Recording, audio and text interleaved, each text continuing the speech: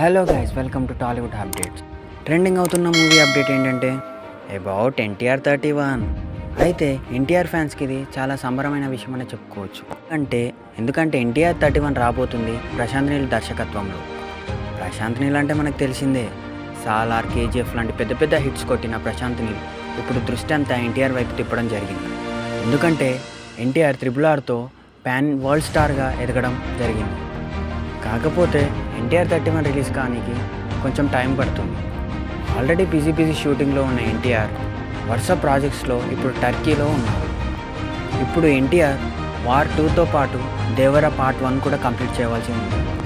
So టర్కీలో war 2 shooting అయిపోయిన తర్వాత నేరుగా దేవర పార్ట్ 1 షూటింగ్ కంప్లీట్ చేయడం జరుగుతుంది. కానీ ఎన్టీఆర్ ఇంకా ప్రశాంత్ నీల్ ఆల్రెడీ దీని గురించి మాట్లాడడం జరిగింది. ఎన్టీఆర్ 31 అయితే ఖచ్చితంగా రిలీజ్ అవ్వడం జరుగుతుంది. కాకపోతే తెలుసుగా ప్రశాంత్ నీల్ డైరెక్షన్ అంటేనే కొంచెం లేట్ అవుతుంది. అయితే దీని గురించి పెద్ద అప్డేట్స్ ఏం రిలీజ్ అవ్వట్లేదు. ఎందుకంటే ప్రశాంత్ నీల్ కూడా ఇటు సైడ్ షూటింగ్లో చాలా బిజీగా ఉన్నారు.